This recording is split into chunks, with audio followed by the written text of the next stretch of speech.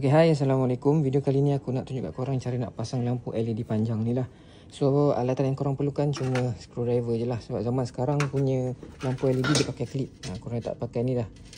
Lepas tu korang perlukan cutter je lah untuk potong wire dan pasang kat sini. Perlukan screwdriver ataupun test pen. Zaman dulu punya dia macam ni. So, sekarang ni je yang korang perlukan. Alatan lain ni kalau korang nak beli, aku dah letak kat beg produk. Okay, sekejap aku nak try pasang. Apa yang korang perlu adalah wire.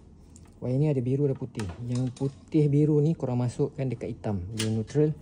Masuk pada bawah sini. Lepas tu korang masukkan dekat sini.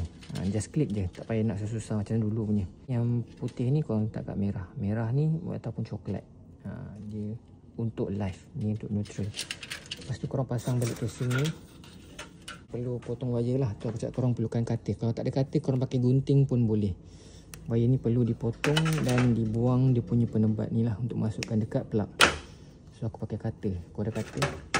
Kalau tak ada cutter korang pakai gunting saja. Potong gitu. Ni potong gini. Lepas tu sama ingat tadi yang biru ni dekat hitam. Neutral. Biru putih korang masukkan dekat neutral. Okay. Masukkan wire dia. Biru putih dekat hitam ataupun neutral. Untuk LED tak ada masalah sebenarnya. Apa dia punya positivity dengan negativity tu. Ikat. Yang putih ni korang masukkan dekat live. Okey. Ketat-ketat pastikan tak longgar.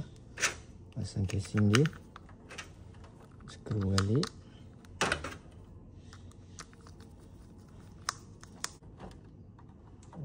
Ujung dia ni.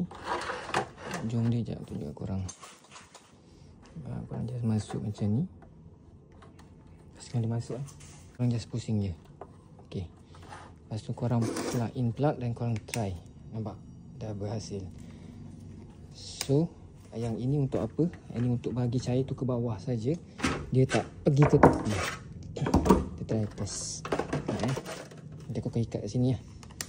Nampak? So, cair ni akan balik ke sini saja. So, aku nak terangkan ke bawah ni untuk buat konten. So, barang-barang korang boleh tengok dekat beg produk aku dah tag. Okay, Assalamualaikum. Bye.